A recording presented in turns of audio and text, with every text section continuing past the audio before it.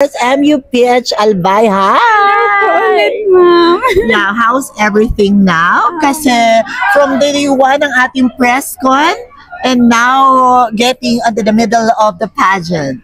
Actually, it's been very fun kasi halos everyday may ganap kami and we get to spend time with the other girls. Sobrang dami namin. So there's 69 of us and it's very difficult to keep note of everyone's name. Pero ayun, ang saya lang na we get to share special moments together.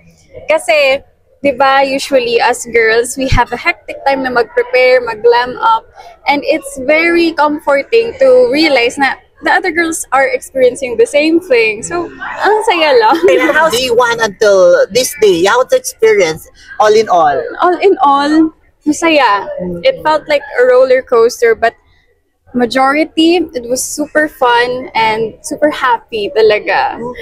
And today naman, dito sa Hello Glow, busog. Busog. You really payat na. Grabe yung transformation. Thank diba? you. Ay, 2 to 3 weeks, I guess. So, diba? From the 2 to 3 press weeks. con until now, parang grabe yung pinayat. Thank you. Actually, hindi ko pinipressure yung sarili ko kasi I thought na yun nga, if i-pressure ko yung sarili ko, wala naman akong presence of mind. So, wala rin. So, we started eating right na lang muna, then going to the gym, having brisk walks. Ganun lang muna yung start namin ni Miss Kamsur. Light lang. Light Ay, hindi mo pinipressure yung sarili mo. You know what I observed about you sa mga lahat is that Albay is very much supportive of you. Grabe yung support nila sa'yo. Yes po, kasi sa Albay, very big thing talaga sa amin yung pageant sa Bicol. So, ang amazing din na kasi I used to work sa Capitol. So, it's quite funny kasi we used to take group photos together. And they used to be just workmates, yung parang mga titas ko and kuyas.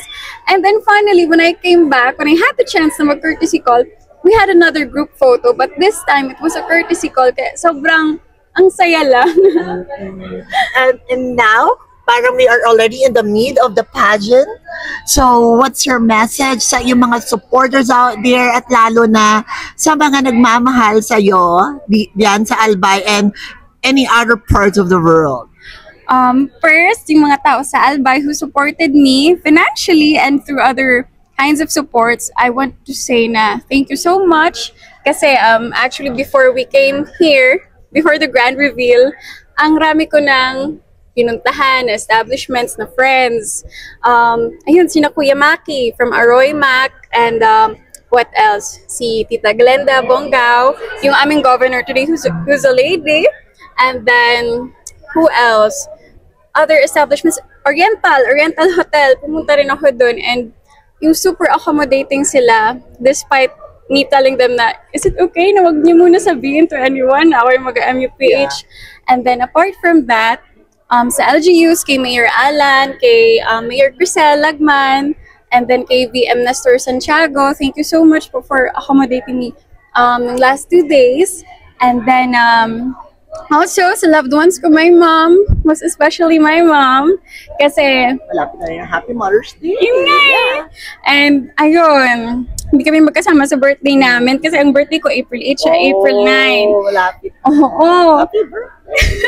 So ayun, sorry na pag-uwi ko, para lang ako nagkuha lang ng gamit tas bounce na. Pero thank you so much, mom, kasi nagkakaroon ako ng lakas every day here just because of your support, your love, and then your words of wisdom every night bago ako matulog, and it really keeps me going. So I love you so much.